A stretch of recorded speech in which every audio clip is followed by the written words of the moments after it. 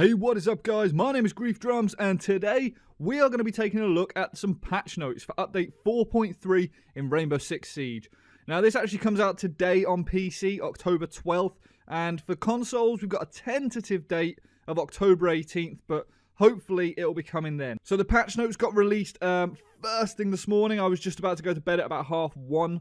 After I'd finished doing some editing and noticed that the patch notes had gone up. So what we're going to do is we're going to take a quick look at them and see what changes are going to be coming our way. So the first change we're going to be seeing is improvements to the network infrastructure. Now this sounds a little bit more complicated than it is, but to cut a long story short, they're going to be trying out a new system which is hopefully going to provide a more reliable service. It's going to give the devs the tools they need to sort out connectivity issues, hopefully a little bit more quickly, but they have said that this isn't without its risks. Because this is a new system they're implementing, they may have to roll back to patch 4.2.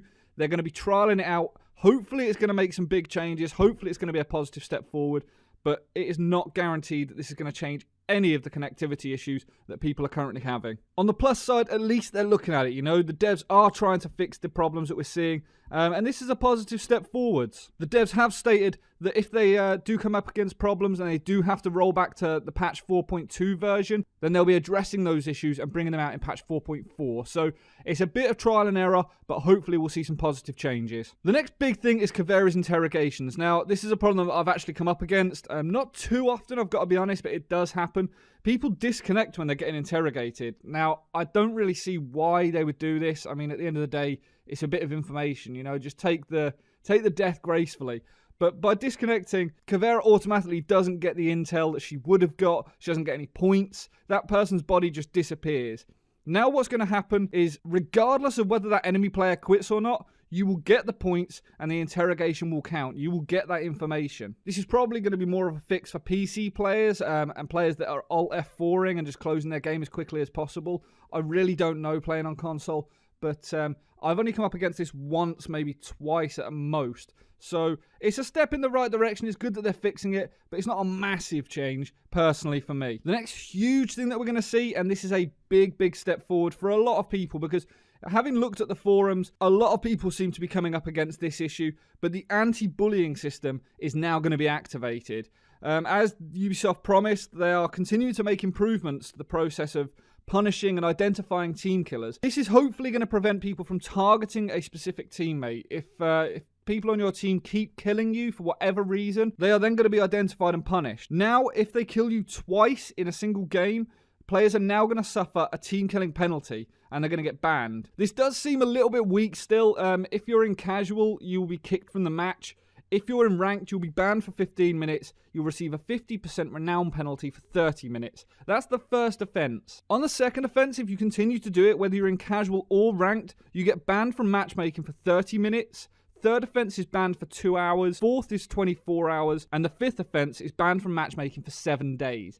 Now, this is a step in the right direction. It's not something I really come up against playing with a squad all the time, unless we're team killing each other, which does happen every now and then, but usually it's accidental. It's very rare that we will do it intentionally. But I know that there are a lot of people out there that suffer this issue of trolls and just general idiots. So it's a huge step in the right direction for them. I have no doubt in my mind that this game will be terrible to play if you're playing on your own and people on your team just keep killing you. So it's good that Ubisoft are looking at this. My only concern is if you're in a lobby on your own or with one other person and the other people on your team are a party of 3, they're just going to take it in turns to kill you so they don't kill you twice and therefore don't get the ban.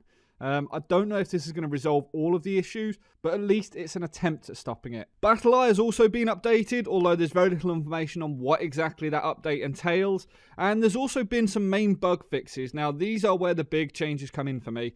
There has been a lot of things that have been fixed. Some of you may know that if a team surrenders at the end of a round, renown, experience, rank points, you don't get any of it. This happened to my team so many times when we were climbing to Diamond, and it is so frustrating to absolutely smash the enemy team only to get nothing for it. After it's happened to you about 6 or 7 times, it gets to the point where you just don't even care anymore. But to see this fixed is a really good thing. Some of you may know that the surrender function was actually turned off in patch 4.2. It's now going to be back in 4.3 and hopefully working. Next up is that landing a headshot through a wall or barricade would sometimes result in it not registering. Sorry to be the bearer of bad news, but landing a headshot when it's not through a wall most of the time doesn't register either. Negative, I know, but Apparently this has been fixed now when it's through a wall, so that's good. Reloading getting cancelled when you go prone. Halfway through a reload, if you try and lie down, the entire animation cancels and you have to start it all over again. This has been something that has been killing me. It's just really frustrating. But to see this fixed, I am so excited. I'm so pleased to be able to get back to getting into cover when I'm trying to reload, as daft as that sounds. We also see changes to barbed wire and the way it overlaps. There was an issue there with the speed that you moved through it. The P90 muzzle brake attachment wasn't really doing anything. It was working the same as the default barrel by the sounds of it. Again, I don't really use the P90, so I've never noticed this. Attackers getting killed by claymores. This has been fixed. Along with inconsistencies for when the device was responsible for killing the hostage. There's been a lot of little minor tweaks to things like nitro cells being able to injure players through walls, but then not destroying the walls. These are things that not everyone comes up against, and certainly not all the time.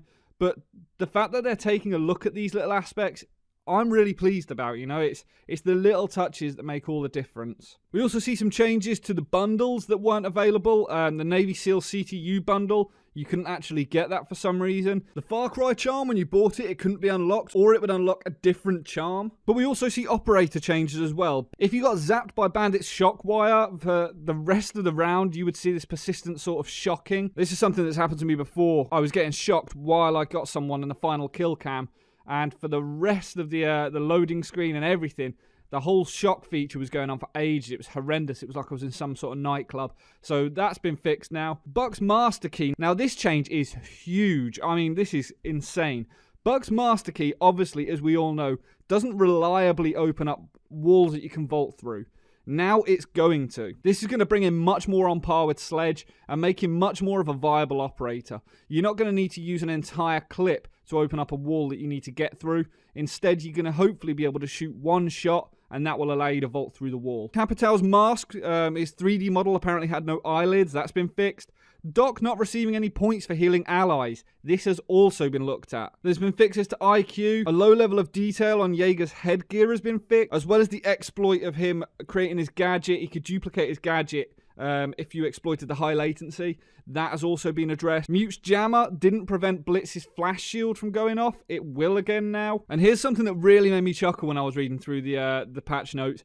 Rook's head would apparently shake when walking and carrying his armor plates.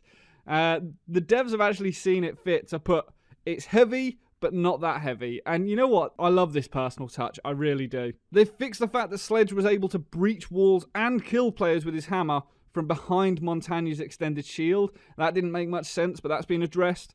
Thermite, in some instances, his exothermic charge didn't properly destroy reinforced walls. That's been addressed. But here is the biggest change of all. Valkyrie's camera glitch has been fixed. Now, for those of you that don't know, I put a video up about this a little while ago, hoping that Ubi would address it. I also sent it to them, raised a ticket, you name it. I wanted this sorted, and it has been. What you could do is you broke out the bottom part of a window, threw Valkyrie's black eye camera onto it, and the whole window would appear to be open for anyone that saw you do it. Anyone that stood on the outside, for example any of the attackers, to them the window would be closed, allowing everyone in the room to just shoot out and spawn peek, but there was no way that anyone on the attacking team would have any clue of what was coming. The fact that this has been addressed is such a relief to me because it's happened so many times in Ranked. It's something we've had to learn to deal with, but it is really frustrating and it's something we shouldn't have had to deal with. So the fact that they've patched this very quickly, or as quickly as, you know, as they have, I am so pleased about. I really am. There have been some level design fixes as well. On Canal, the wall of the showers, you could destroy it and provide a line of sight onto the stairs, but because this wasn't replicated on both sides, one side of the wall would look intact. This was obviously something that got exploited quite a lot, and I'm glad to see this fixed. And also in the maps office, if the floor is shot or a wall is reinforced, it would destroy any gadgets in the room. So many times I would reinforce a wall and destroy Rook's armor and think, what the fuck? I was nowhere near that. This is why. I didn't even realize this was a thing, but it's been fixed. So that's a win. And finally is Oregon. There's been a level design fix on that. Textures in the corner of sandbag windows disappear when viewed from distance. I've got to be honest, I'm pleased to see this patch, I really am. There's still a lot of things up with the game, and there's still a lot of issues that need to be fixed, but the devs are working on it. So I, for one, I'm going to stick with it, I'm going to continue to be patient. I still don't have my diamond charm, but hey, you know, at least we're getting something out of this. Hopefully you enjoyed this video. Hopefully it keeps you up to date with what's going on in Rainbow Six, and hopefully it allows you to get back onto ranked, because I know a lot of people have foregone ranked just because of the sheer number of problems that they're facing. If you did enjoy this video, make sure to beat the hell out of that thumbs up button. If you don't already, make sure to subscribe for all things Rainbow Six. And until next time, guys, stay reckless and relentless.